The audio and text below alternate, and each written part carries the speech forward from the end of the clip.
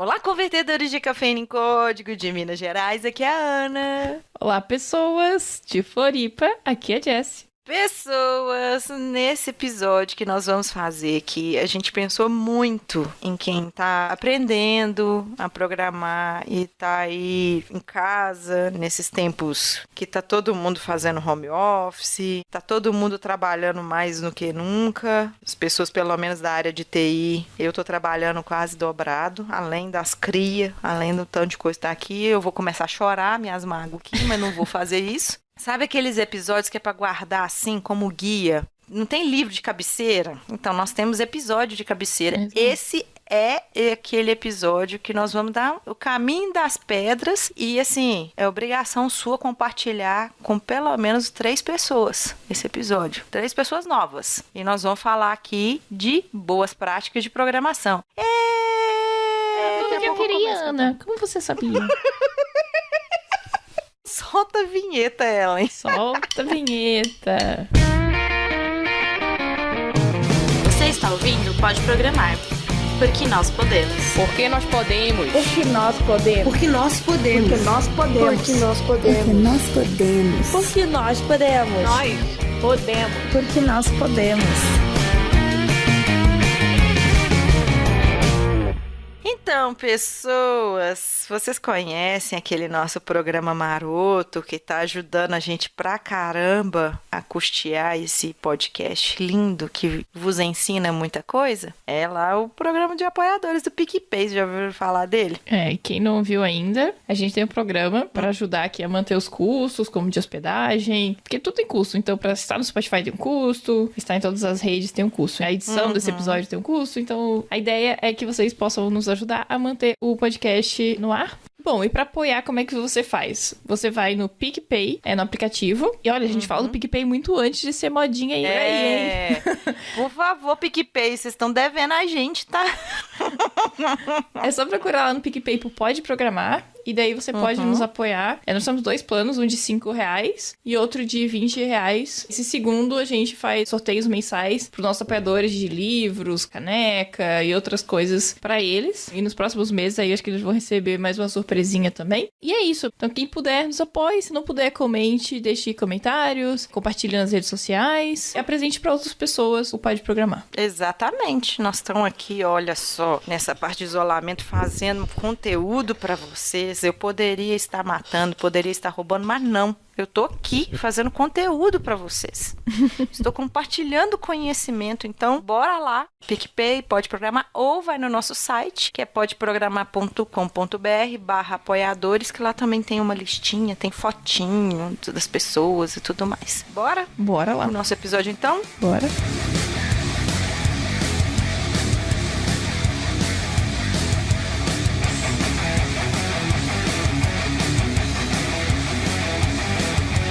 Então, pessoas, a gente sempre fala, eu e a Jessie, vamos falar de boas práticas, mas o que em si que nós vamos falar de boas práticas? E eu tô dando umas mentorias para algumas pessoas que estão na facul, não tem, às vezes, alguma malícia que a faculdade, às vezes, ela não passa, talvez todas as malícias que precisava. Olha, eu vou só me meter aqui e falar que eu dou aula na faculdade e eu ensino muitas dessas coisas e cobro em prova, inclusive. Olha aí. E aí, seguinte, a gente tá dando esse guia aqui, a gente fez um compilado de vários lugares que a gente achou, porque às vezes passam para vocês um livro X, um site Y, então a gente fez um compiladão aqui legal, a gente vai fazer comentários para vocês sobre várias boas práticas de programação. Não tem nada a ver com uma linguagem de programação específica, não tem nada a ver com alguma tecnologia específica, isso aqui é para levar para qualquer linguagem.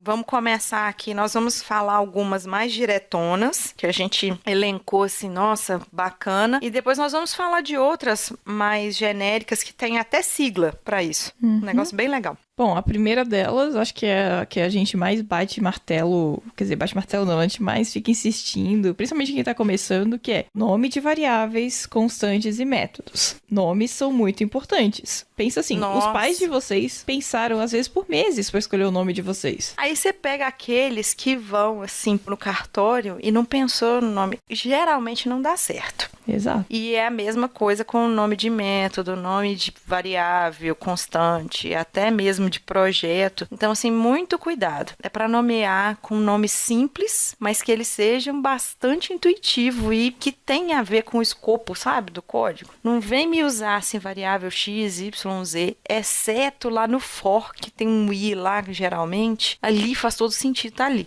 Se você puder usar uma variável melhor e que faça mais sentido, use, também use. Não é porque eu tô no for que eu posso usar i.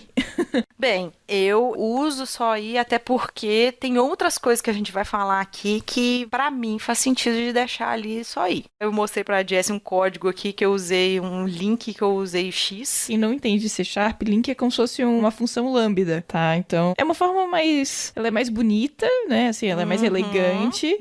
Só que vocês precisam, às vezes, de um nível de maturidade maior pra entender, porque é muito abstraído, né? Então, você, ao invés de escrever um for gigante, ao invés de você fazer várias linhas de código, você faz em uma linha tudo que você precisaria. Tá, mas continuando.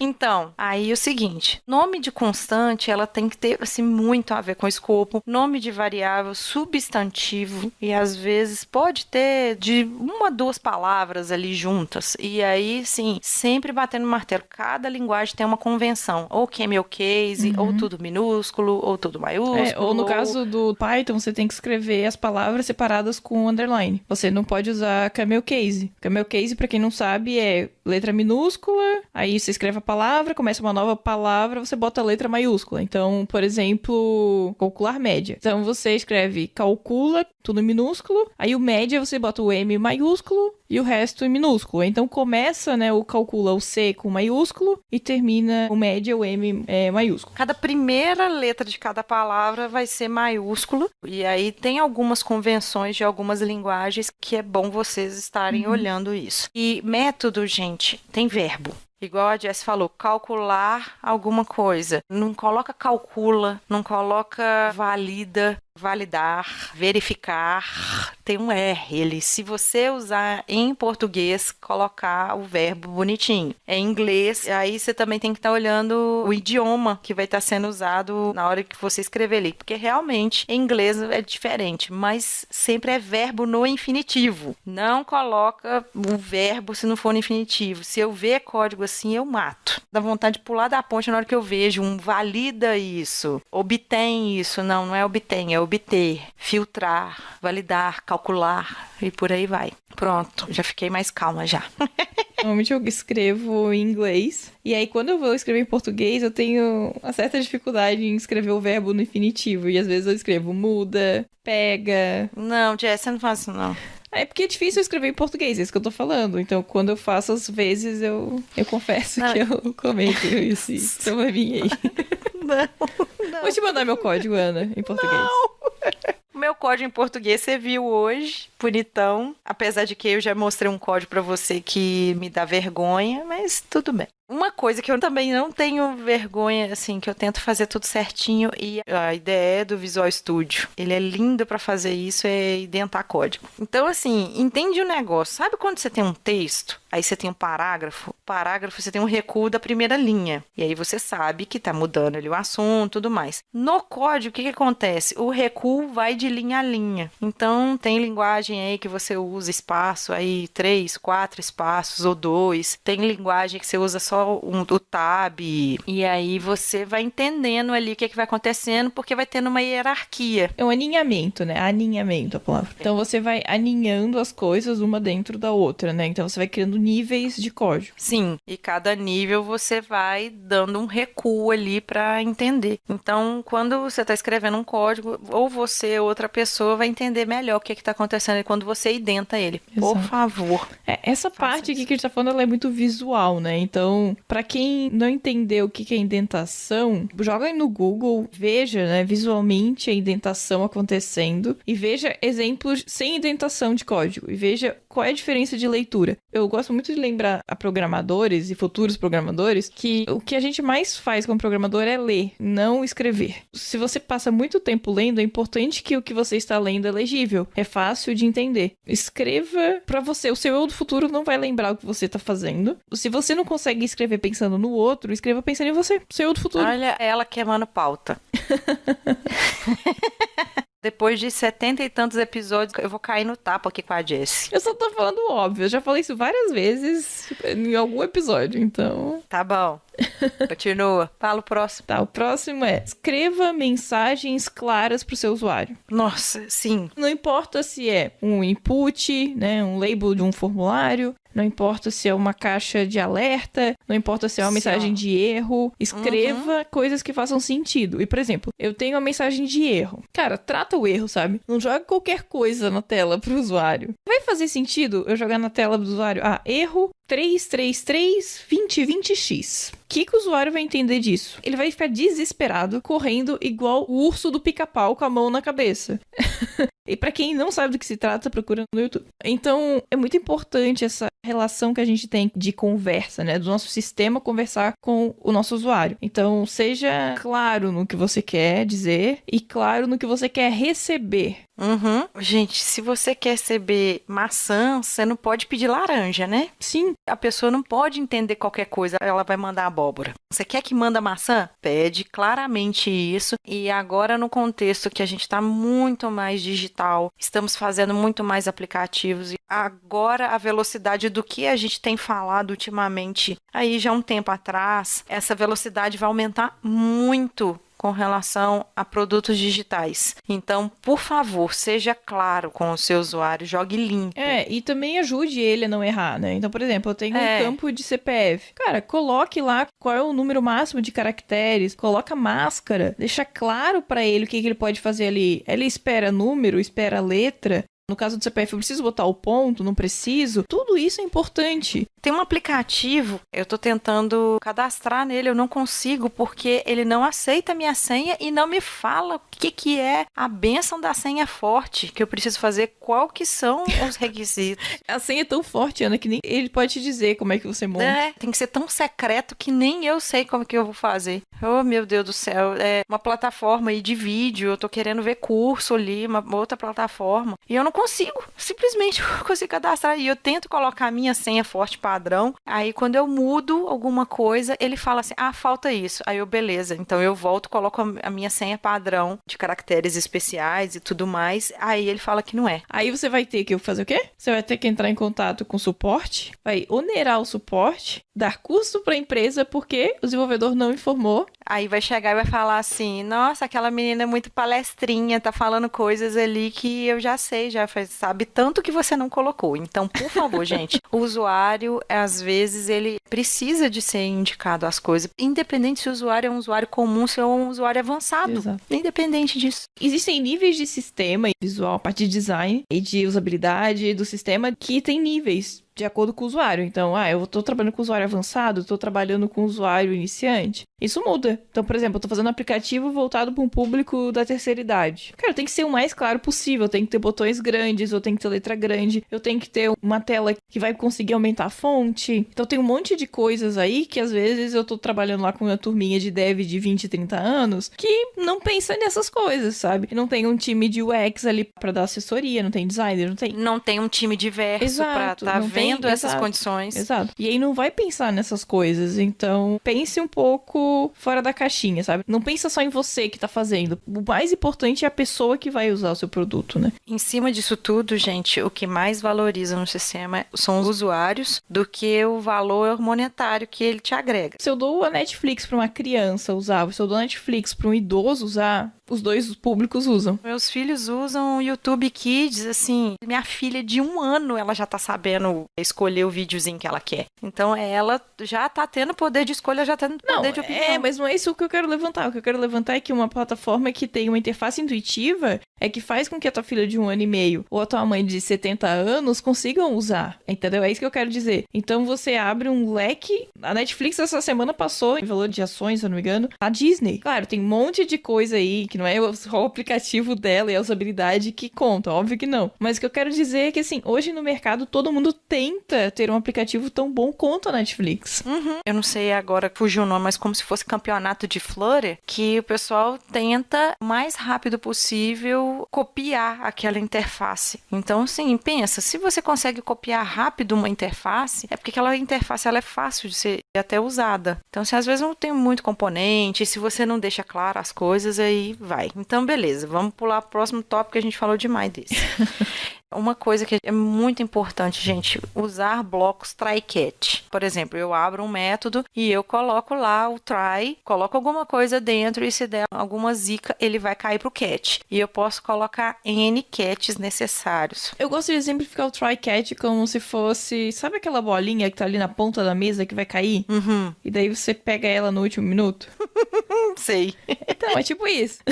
Pensa assim, vai cair o copo, né? Ele tá ali na mesa. Ele vai cair, ele deu aquela primeira quicada Exato. e você conseguiu pegar ele no ar e ele não quebrou. Ou não. Ou então você tem, tipo, uma almofada lá embaixo, por acaso. E aí, esse copo que ia cair e quebrar no chão e fazer toda aquela bagunça, não caiu. Você conseguiu pegar antes. Então, o try catch tem esse sentido, assim, de você percebe que vai dar um erro e você trata ele. Então, ao invés de eu jogar o vidro, o copo quebrado na cara da pessoa, eu simplesmente mostro assim pra ele, ó, tá vendo isso aqui, ó? Ia acontecer isso aqui. Então, tipo, eu falo pra ele assim, ó, então, o seu copo quebrou, mas eu não preciso jogar o copo na cara da pessoa. Eu só digo, o copo quebrou. E com essa programação hoje, REST e tal, tem como você usar vários catches para você dar vários retornos. Então, a gente já falou já de HTTP code, por exemplo, código 200, aí o 200 é sucesso, mas aí a gente tem lá o 404, os 400, né? Para ficar mais intuitivo, voltando no que a gente falou anteriormente, então ajuda muito o seu usuário a entender e até mesmo você saber, ó, caiu nesse erro aqui. O que é que tá acontecendo e tal, para você gerar log. Então, o try-catch, ele vai ser muito bom. E, às vezes, ele até tira um pouco de if do seu código. Também. E isso aí é uma boa prática. É, aí já vai pro próximo ponto, que é... Evitar Evitar if. Não, é evitar o if negando. Não, mas o evitar if também é uma boa.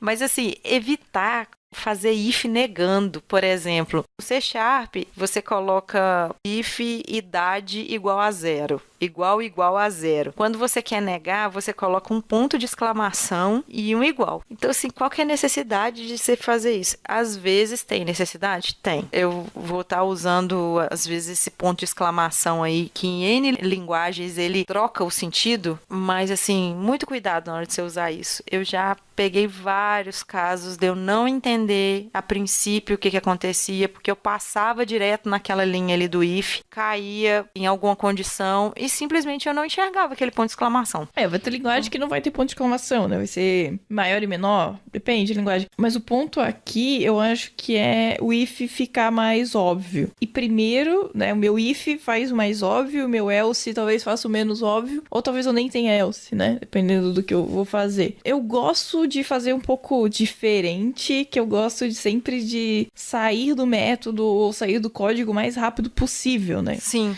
Então, pra isso, às vezes, você tem que ir meio que ao contrário, né? Então, você, ao invés de dizer, se tal coisa, faça isso, você vai dizer, se não for tal coisa, sai do código.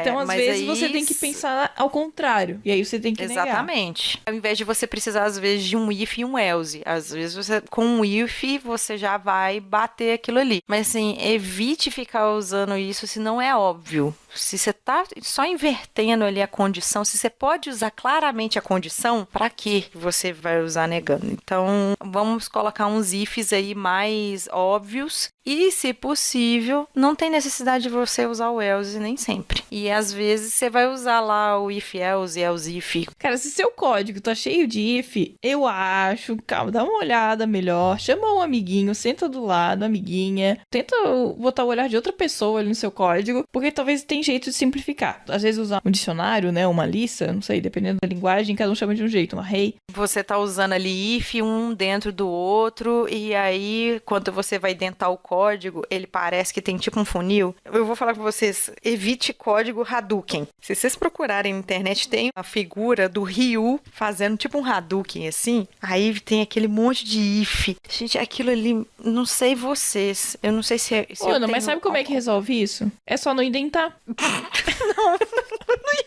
falar isso. Pronto, daí o código vai virar o quê? Um grande bloco. Eu não sei se eu rio de nervoso de você falando isso ou se me dá vontade, assim, de sair correndo. Não, gente, eu sou a pessoa que se tiver um if dentro de outro if, começa a dar coceira. Não, pois é. O código dele tem que ser super simples, super E assim, simples. a gente tá falando com pessoas que já trabalham com isso há bastante tempo, assim, a gente não começou ontem. Tá, foi semana gente, passada, né? Não foi ontem, mas foi semana passada. A Jess falou brincando, tá? Eu tô brincando. Não. Tem identa o código. Não deixa um bloco, não. E Pelo dentro amor. pra você ver o Hadouken e falar assim, eita, a Ana falou que não era pra fazer isso. Queria dizer assim, também, se você tá começando, não se cobre tanto. Então, se o que você consegue fazer é um código Hadouken, legal, beleza, fez o código Hadouken. Tá, eu consigo voltar agora, ter um tempinho pra repensar isso aqui? Porque às vezes você tem que ficar lendo e falar assim, isso aqui é... peraí, eu podia fazer isso, entendeu? Não deixa de entregar porque não tá perfeito, ou porque tem muito if, ou porque tem não sei o quê. Cara, às vezes você vai ter que entregar o seu código Hadouken. Mas aprenda e tente encontrar formas de melhorar. Então, na próxima vez que você for fazer, pense assim, puta, como é que eu tiro pelo menos um nível desse Hadouken aqui? Tem 8 níveis, como é que eu vou tirar um? Nossa. Sabe? Então, pense em forma de como é que a gente pode melhorar isso. E aí, pra isso, às vezes você vai ter que ler muito código, você vai ter que ouvir muito podcast falando sobre boas práticas, vai ter que ler livros, vai ter que escrever muito código. E aí, um dia, isso vai ficar mais claro e mais fácil. Você fala assim, nossa, eu escrevia código Hadouken. Nessa linha que a Jess tá falando, que eu falo muito pra algumas pessoas e eu tento fazer. Olha, eu tento fazer funcionar. Funcionou, aí eu olho ali, o que eu posso retirar daquilo ali, que às vezes eu separo a variável, eu inicializo ela, eu instancio aquela variável, eu aumento o acoplamento da classe, estou sendo um pouco mais avançada, aí depois eu começo a pensar assim, como eu vou aumentar a coesão e diminuir o acoplamento disso aqui? Isso aí, gente, a gente já falou dessa situação já anteriormente. Então, às vezes eu paro para pensar, se eu tenho tempo para eu refatorar, eu refatoro. Senão, vai ter que ir do jeito que tá mesmo. Mas a ideia primeiro é fazer funcionar e depois você ganha refatorando porque você ganha performance nisso. O que acontece quando você já tem mais experiência é que você já começa de outro nível. Então você já começa mais à frente, né? Então você não perde mais tanto tempo cometendo os mesmos erros que você já cometeu antes. Mas, cara, ninguém nasce sabendo. Então as pessoas vão cometer erros. Não tente se cobrar muito se você tá no começo. Se cobre sempre pra ser melhor. Então, eu acho que é importante você olhar pra um código de 6 meses atrás, 1 ano atrás e falar assim, nossa, que porcaria. Porque se você fala isso é porque você melhorou. Agora, se você não sai do lugar, você não vai evoluir. Então, é mais isso que eu quero dizer. E claro, quando você tá mais no começo e você olha 1 ano depois do seu código, você vai ver muito mais evolução, porque você era muito mais novato. Então, o crescimento é mais rápido. Talvez depois de alguns anos, você já não vê tanta evolução tão rápido assim, sabe? Às vezes você vai ver um crescimento mais de habilidade de soft skills, que a gente já falou também. Então você vai evoluindo em outras coisas também, não só... Mas chega uma época que você fica também até com uma angústia. Depois você chega num nível, igual eu acho que o nível que eu e a Jess estamos, assim, é um nível que a gente estuda pra caramba. Tanto é que a gente estuda muito pra gente gravar, pra gente dar aula, que a gente também tá dando aula. Então, assim, você vai chegando num nível que você vai tentando armazenar aquele tanto de informação que você lê todo dia de uma forma que ela fica mais otimizada. Pelo menos agora a gente tem uma certa maturidade de saber que, olha, vou mandar padrão de desenvolvimento para as cucuia, vou mandar lá para não sei aonde boas práticas, porque eu preciso resolver não sei o que agora. Imagina tanto código que tá tendo aí, de tanto sistema que a empresa tá fazendo, assim, para ontem, por exemplo, para estar monitorando N coisas com a pandemia do Covid-19. Tá acontecendo N coisas e às vezes não dá tempo de fazer. Então, às vezes você chega num grau de maturidade interessante que você sabe assim, olha, não dá tempo de eu fazer melhor que isso, eu vou entregar o meu melhor. E o meu melhor não quer dizer que é o melhor código. Então, você chega nesse nível de maturidade também com isso. O importante depois de um certo tempo é entender que a empresa tá pagando pra você entregar resultado. Pra você resolver problema. Exato. E eu sei que isso é bem polêmico, a gente sabe. Só que assim, desculpa, cara, às vezes a gente não ganha pra entregar a perfeição que a gente quer. Eu não posso me sentir culpada por todo o código que eu não entreguei perfeito, ou toda a arquitetura que eu não entreguei perfeita. E depois, às vezes, com o tempo, você vai ter que olhar pra trás e pensar, tá, agora com a visão melhor do todo, eu posso voltar e melhorar. Eu posso melhorar a arquitetura, eu posso melhorar o serviço, eu posso melhorar o código. E também, assim, a gente nunca entrega, gente, o País das Maravilhas. Nunca. Nunca, nunca, nunca. Sempre a gente tende a melhorar. Então, assim, o que eu já falei pros meus meninos, a gente tem alguma pessoa que tem uma senioridade maior, essa pessoa ela vai estar trabalhando mais no nível filosófico do que no nível de código mesmo, de digitar, de gerar código. Aquela pessoa ela vai parar, pensar, refletir, vai tentar ver qual que é o problema, vai ver quais padrões, vai conseguir resolver aquele problema que ele está vivendo ali, o que ele está enxergando ali na frente, ou ele ou ela. Então, quanto maior a senioridade, mais vai estar enxergando problemas lá na frente. E aí são pessoas que vão estar trabalhando nesse nível muito mais filosófico até do que realmente entregar código. Também é outra forma que a gente vê de evolução, é isso. Quando você vai trabalhar muito mais pensando do que digitando. Às vezes você pensa e uma tarde você digita tudo. Porque você ficou pensando muito tempo, você falou com muitas pessoas, você levantou muitos problemas que você já tá pensando lá no futuro.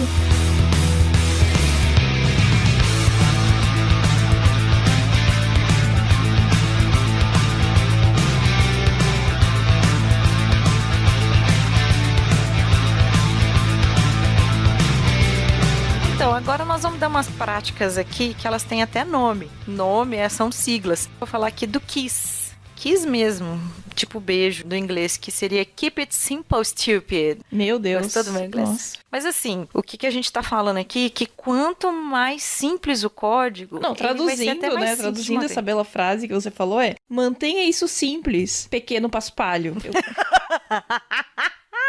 Adorei! Então, assim, quanto mais simples você manter o código, o seu eu do futuro vai agradecer. Pensa nisso. Tem uma pessoa, Kelly Johnson, que afirmou, assim, que a maioria dos sistemas funcionam melhor se forem simples. E ele vai ser mais fácil de ser mantido do que fazer de forma complexa. Então, a simplicidade deve ser um objetivo fundamental no projeto e a complexidade desnecessária deve ser evitada. Isso, o pessoal fala que é apertar parafuso com martelo, né? Quando você só tem o martelo, qualquer parafuso leva pregado. Ou então matar uma formiga com uma bazuca. Bazuca. Então, às vezes você vai lá, faz o maior padrão de projeto, parará, bururu. Nossa, pega aquele livro pequeno ali de padrão de projeto e quer colocar todos na arquitetura. Nossa. Pois é, e aí você tem um probleminha pequeno, que era uma coisinha simples, sabe? E às vezes, o mais difícil é pensar de forma simples. É muito mais difícil. Você chegar no simples, ele é muito mais difícil. Porque você tem que pensar e entender muito bem o contexto. Você tem que entender muito. E às vezes, dependendo do seu trabalho, você não tem o contexto inteiro. Você só chega alguém e falar pra você, faz isso porque eu quero. Então você não tem tempo pra ficar pensando e filosofando. E aí você faz, aí você refaz, e você nunca chega numa solução simples. Olha, e isso é uma coisa que eu acho bacana de quando a gente está iniciando na programação, na prática da programação. A gente tem tanta vontade de escrever código, a gente tem tanta emoção, eu acho, de estar ali resolvendo aquele código, que às vezes a gente quer empregar tudo o que a gente sabe, e isso é bacana. E aí, com o tempo, com a prática, a gente vai conseguindo ter a sabedoria de ver a solução mais simples. Então, eu acho muito bacana isso. Mais um ponto aí, quando a gente sabe que a gente está evoluindo, quando a gente sempre busca fazer uma coisa mais rebuscada, de novo. E depois a gente vê que, não, de forma simples.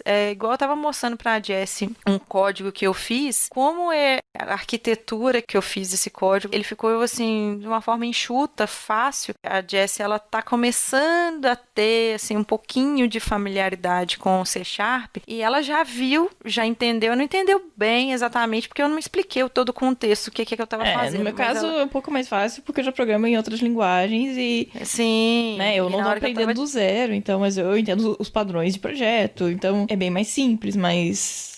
sua curva de aprendizado, e você bateu o olho ali, você já entendeu um pouco. É a mesma coisa, por exemplo, você sabe de diversos idiomas, aí tem uma classe lá, por exemplo, tem os idiomas latinos, tem os idiomas anglo-saxões, e aí quando você ouve alguma palavra que é de outro idioma, mas de alguma classe, de alguma família, você fala assim, nossa, eu já ouvi isso em algum lugar. Então você já familiariza. Então eu acho legal isso. Outro tópico que a gente tem, que também é uma sigla, chama IAGNI, ou You Aren't Gonna Need It. Eu sou tradutora, né? É isso. Você não vai precisar disso. Não. O IAGNI, ele tá ali por trás ali da prática do XP, que é o Extreme Programming. Não é o Quem Go Horse, tá, gente? Aqui é Não, sério, não. tô falando sério, a gente não tá falando de POG. Quem quiser ouvir POG, vai lá no episódio de POG, que a gente tá tentando falar sério.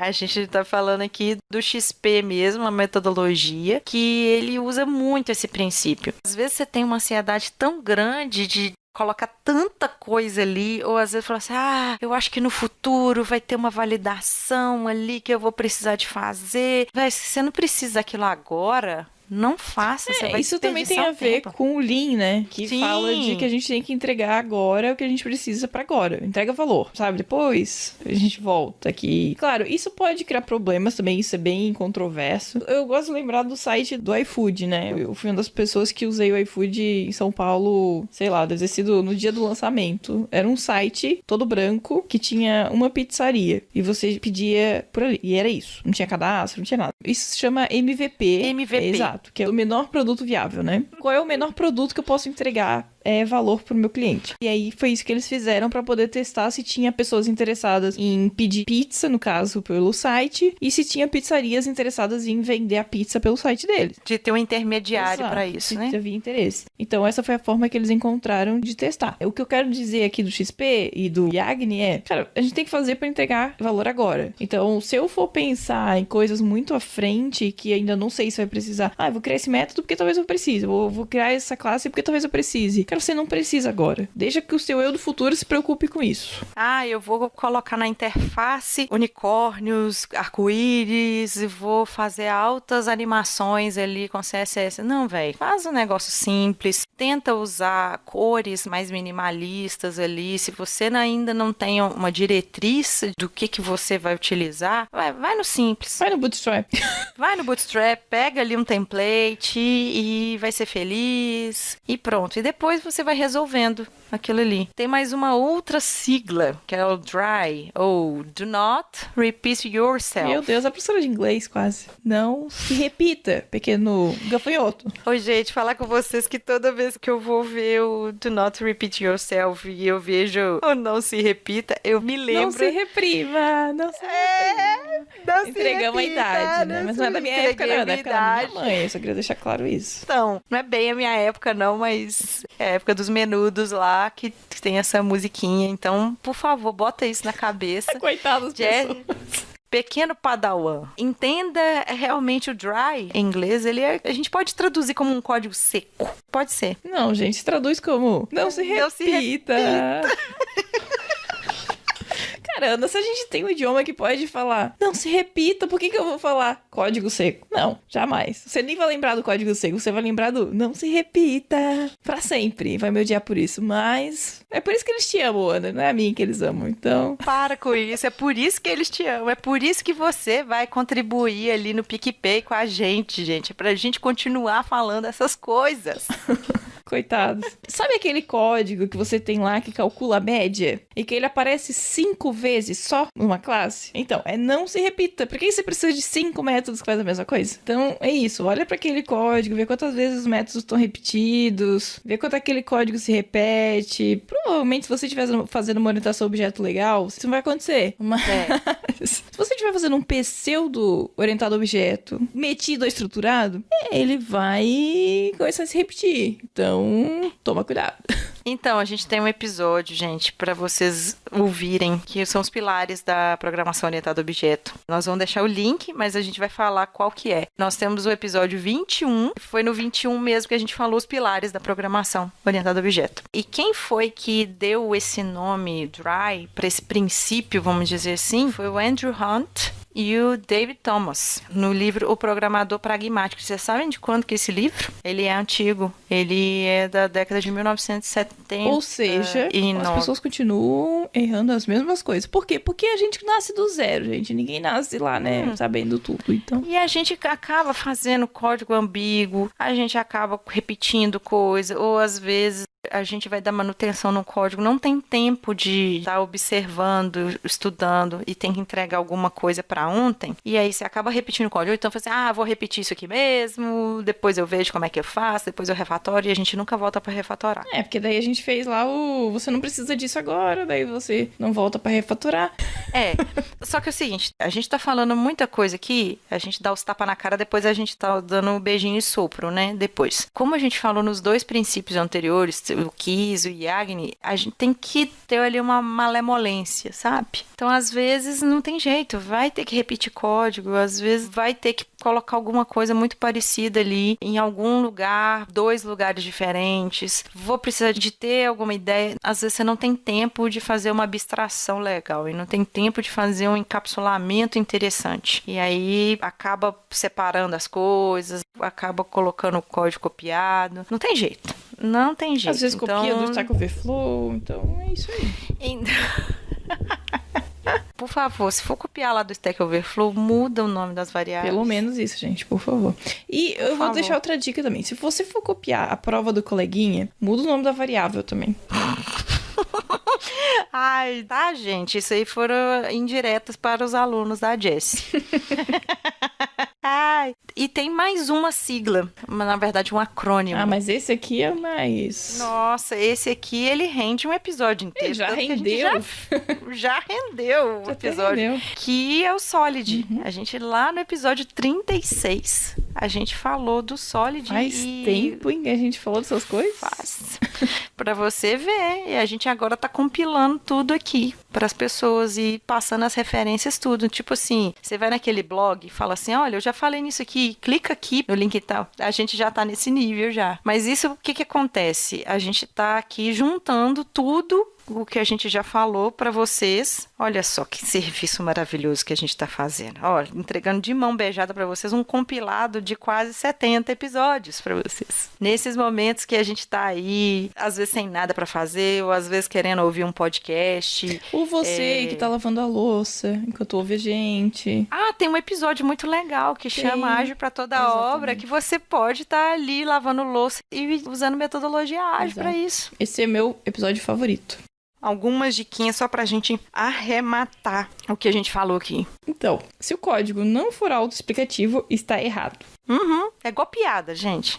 Se você explica piada, ela tá errada. Então, Não tem graça, lembre-se, é a mesma fazemos código pros outros lerem e pra dar manutenção. Ou o meu eu do futuro. Então, Isso. pense nisso. Alguém vai ler esse código depois. E aqui, uma coisa que é super importante a gente fazer, de algum tempo a gente tem que ter pra ler documentação. Nem que seja quando você tá programando mesmo.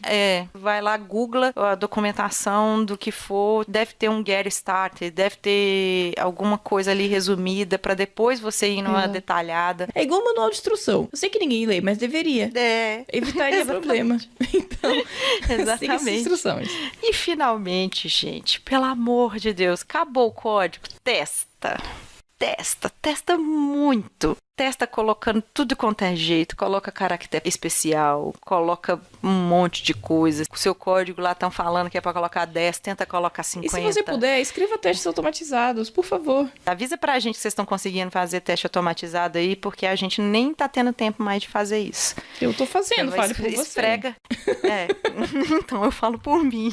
Esfrega na minha cara que vocês conseguem fazer teste automatizado e eu não consigo, não tô com tempo pra fazer isso. E nós vamos finalizar deixando aqui todos os links de várias pesquisas que a gente fez, inclusive dos outros episódios que tem a ver com esse episódio. Esse link está lá no site, tá, gente?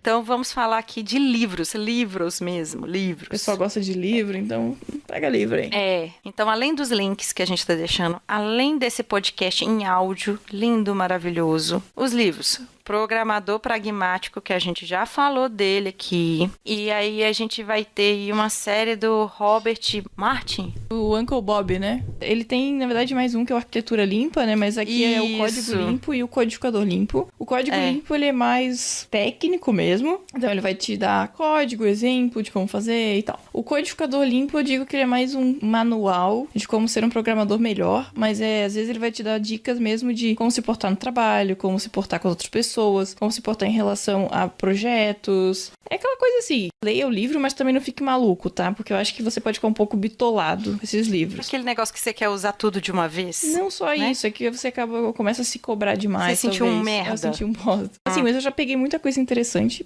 Principalmente do Codificador Limpo, que eu acho que ele é mais genérico do que técnico. Então, o Código Limpo ele é mais técnico, o Codificador Limpo ele é mais dicas pra sua carreira. O Programador Pragmático, eu confesso que eu ainda não li, então eu não sei dizer, mas ele tá sempre aí. Daí, nas nossas diquinhas, eu não li esses 3 livros, assim, na íntegra, eu só leio pedacinhos dele. Agora, eu vou ler o Arquitetura Limpa, porque eu tô muito na vibe agora de entender um pouco mais de padrão de projeto, de arquitetura. Então, esse aí que eu devo ler na íntegra, apesar de eu estar ainda com alguns livrinhos aqui no meu backlog para ler. E assim, é o seguinte, quer seguir pessoas que vocês vão brilhar? Sigam o Uncle Bob, Uncle mesmo de tio Bob em inglês, e também tem o Martin Fowler. 2 pessoas ali que são referências no mundo da programação, no mundo da tecnologia. Falou bastante no último episódio, no 75, sobre essas pessoas e foca no básico. Tá, beleza, você precisa de escolher uma linguagem porque você quer começar a trabalhar. Então olha, o que tem na sua região? O que as empresas estão procurando? Ah, elas estão procurando PHP. Beleza, então estuda PHP. Mas se foca na base, se foca em aprender bem PHP. Então, se você fizer isso com qualquer linguagem, com qualquer coisa que você for, né, com qualquer conceito, Você vai brilhar. Você vai brilhar. Até com uma linguagem que ela é bem mais antiga e de vez em quando a gente brinca, até com COBOL. Agora eu tava procurando programador COBOL, sabe? Então, Agora tá começando bem mesmo. Então, eu acho que não tem essa de linguagem, qual é a linguagem que eu escolho, sabe? Eu acho que você tem que testar, primeiro entender o que você gosta. Então, eu gosto mais da parte visual, eu gosto mais de criar telas, eu gosto dessa parte, eu gosto de ver resultado mais rápido. Não, eu gosto mais dessa parte de arquitetura, eu gosto de entender o algoritmo, eu gosto de estrutura de dados. Então, de repente, você gosta mais de back-end, sabe? Eu gosto mais de redes, eu gosto mais de banco de dados. Só que pra você saber o que você gosta, você tem que, nesse caso, testar, né? E Tem que experimentar. Nem que seja pra, você ficar meia hora brincando com HTML e falar assim, nossa, eu odeio isso. Às vezes você também precisa de maturidade pra gostar. Então, às vezes você vai ter que ir pro outro caminho pra depois descobrir que, cara, agora eu gosto disso aqui. Tem uma galera que tá indo muito na vibe, assim, de uma das primeiras linguagens de programação de back-end, o Python. Tem gente que fala que é mais fácil, tem gente que fala que é menos verboso. Então, assim, eu comecei lá há 1000 anos atrás. Comecei com Java. Eu achei que Java era muito verboso e era muito difícil de configurar, principalmente porque sempre foi mais fácil eu lidar com o ambiente Windows do que com os outros ambientes. Então, depois eu acabei indo pro .NET, tô ali no .NET 2.0, mais ou menos. Foi ali que eu comecei já aprendendo a programação orientada a objeto, então tá bem intrínseco isso que eu tava falando com algumas pessoas. E isso não foi há 2 anos atrás, isso foi mais de 10 anos. Já tá no meu sangue já, programação orientada a objeto. Então, também não se cobre de querer saber e tal, tudo leva tempo. Não adianta você também querer ver todos os tutoriais, ver tudo, se você não botar tudo em prática. Você tem que botar a mão na prática precisa. Você tem que escrever código, gente. É igual a pessoa que quer aprender inglês, né? Ela fala assim, eu quero aprender inglês. Mas ela nunca ouve nada em inglês, ela nunca lê nada em inglês, ela nunca fala nada em inglês, porque ela tem vergonha. Então, se você tem vergonha de escrever código, como é que você vai aprender código? Eu quero escrever um livro. Tá, mas você em algum momento se sentou pra escrever uma palavra? Então, como é que você quer ser um programador se você nunca programou um código? Ou se você não faz isso diariamente. É prática. Então, eu não vou ser uma atleta, eu não vou correr uma maratona se eu amanhã não botar um tênis no pé, botar vergonha na cara e começar a correr. E começar a correr 100 metros. Exato. Depois você vai correr 200 e aí vai. Aproveitando o ensejo, eu vou aproveitar que é quarentena, tem muita gente em casa, sem fazer nada, e eu vou indicar um filme. Até que a gente já falou muito de código, aí a pessoa tava lavando louça, limpando a casa, daí terminou o podcast, agora ela quer fazer uma coisa mais pra pensar em outra coisa. E tem a ver com aquilo ali que eu falei de que pra você começar, você tem que dar o primeiro passo. Que é um filme que tem na Amazon Prime, que se chama A Maratona de Britney. Então é um filme também inspirador. Ele me fez querer começar a correr. Eu corri por 2 semanas. Não tive vergonha pra continuar. Vamos deixar esse filme pra vocês verem que é a prática que leva à perfeição, né? Exato.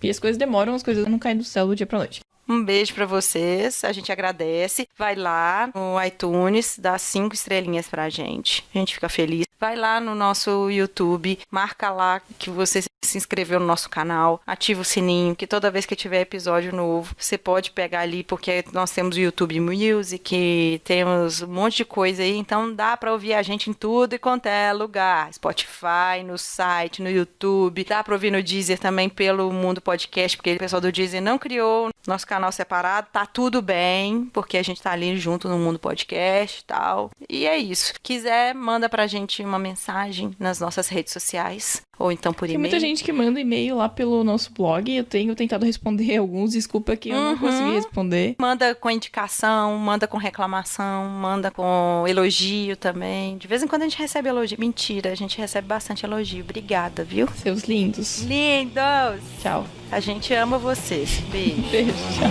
Tchau.